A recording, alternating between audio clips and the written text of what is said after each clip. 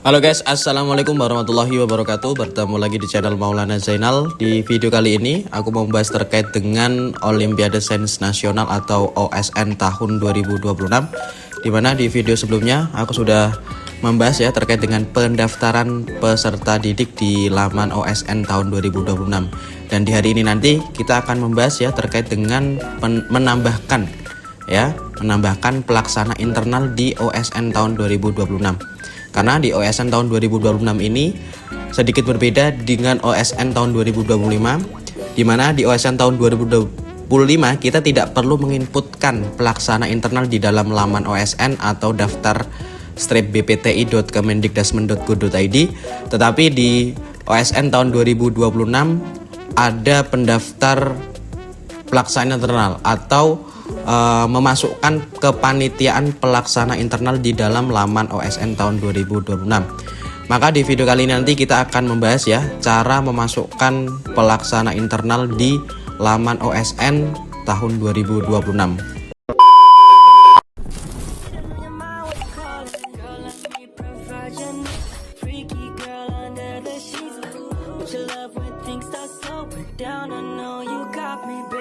Oke, sebelum kalian memasukkan pelaksana internal di dalam laman OSN tahun 2026, terlebih dahulu silakan kalian masuk atau login menggunakan akun SDM Data ya, atau akun SSO SDM di Dapodik dengan laman daftar bpti.kemendikdasmen.go.id. Setelah masuk nanti akan ada tampilan dashboard seperti ini. Kemudian kemarin kita sudah membahas terkait dengan pendaftaran peserta didik di laman atau di menu peserta didik. Kemudian hari nanti kita akan memasukkan pelaksana internal, di mana di menu pembimbing dan pelaksana internal ini ada yang harus kita inputkan, yaitu menginputkan pelaksana internal gitu ya. Nah, di pelaksana internal itu ada beberapa ketentuan yang harus dimasukkan, yaitu adalah terkait dengan ini. Kewajiban pendaftaran tim pelaksana, setiap sekolah wajib mendaftarkan tim pelaksana internal yang terdiri dari penanggung jawab, proktor, teknisi, dan pengawas sebelum penutupan pendaftaran. Jadi sebelum penutupan pendaftaran silakan kalian memasukkan ya penanggung jawabnya siapa. Biasanya kalau penanggung jawab itu kepala sekolah, kemudian proktornya siapa, teknisi siapa, pengawasnya siapa gitu ya. Kemudian khusus untuk pengawas, di mana pengawas itu nanti akan dimasukkan sebagai petugas dari sekolah yang ditugaskan oleh Dinas Pendidikan untuk mengawasi sekolah lain gitu ya, atau untuk mengawasi lokasi lain. Jadi nanti silakan kalian masukkan. Berarti di sini ada 4 ya yang harus dimasukkan, ada 4 petugas gitu ya, atau 4 guru bisa dimasukkan menjadi pelaksana internal di OSN tahun 2026.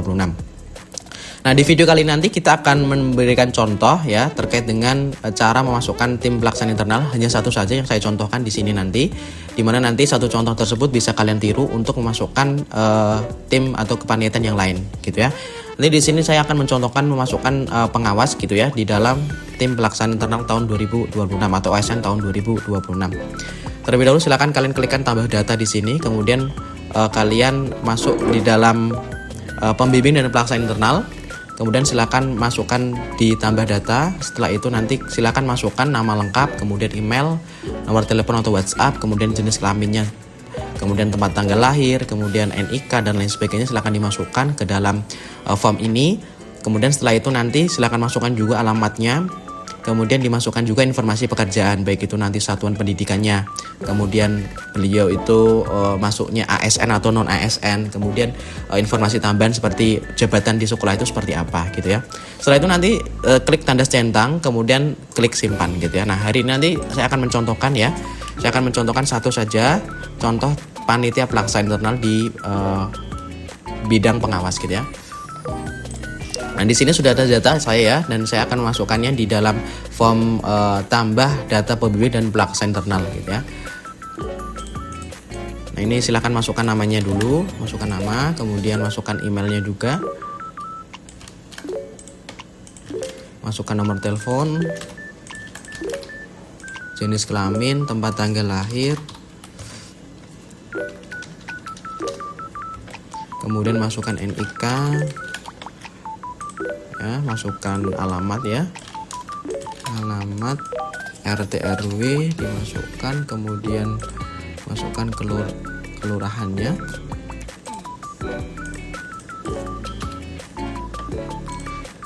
kemudian kecamatannya apa, silahkan diketikkan, kemudian nanti akan muncul dan kalian tinggal milih kecamatan, kemudian masukkan juga sekolahnya, instansi yang beliau bekerja, kemudian beliau itu termasuk ASN atau non ASN. Kalau non ASN silahkan diklikkan non ASN, kalau di swasta maka secara otomatis biasanya non ASN, tapi ada beberapa di swasta itu yang ASN, silahkan diklikkan ASN jika ASN, tapi jika tidak ASN silahkan diklikkan non ASN gitu ya. Dan jurusannya apa atau jabatannya di situ apa, misalnya guru ya silahkan diketikkan guru gini. Ketika semua form sudah diisi, baik itu informasi personal, kemudian alamat dan informasi pekerjaan sudah diisi semua, silakan centang pada bagian bawah, kemudian klik simpan gitu ya. Nah, sudah berhasil dan sukses. Artinya apa? Artinya kita sudah berhasil menambahkan pelaksana internal ya. Dan di sini sudah tertambah ya pelaksana internal di sini atas namanya. Kemudian di sini kita cek ya. Nah, itu sudah sesuai dengan apa yang kita inputkan tadi. Dan sekarang kita akan menambahkan ya, beliau itu posisinya sebagai apa di sini ya, contohnya gitu. Nah, setelah kita masukkan ke dalam daftar pembimbing dan pelaksana internal ini, bagaimana cara kita memasukkan beliau sebagai panitia gitu ya, panitia pelaksana internal, yaitu masuk dengan pendaftar, kemudian kita klikkan detail. Di sini di bawah ada tim pelaksana internal. Nah, di tim pelaksana internal ini silakan klikkan tambah dan silakan pilih peran ya, peran beliau itu sebagai apa gitu ya. Nah, peran beliau sebagai apa, kemudian silahkan ketikkan di sini pengawas gitu. Misalnya contoh nih, saya contohkan pengawas, dan silahkan pilih user. Nah, user ini akan terdaftar dari daftar pembimbing dan pelaksana internal. Siapa yang akan menjadi pengawas gitu ya, contohnya gitu ya. Nah, saya inputkan seperti ini. Setelah kalian pilih peran dan pilih user, setelah itu kalian klikkan tambah tim pelaksana seperti ini.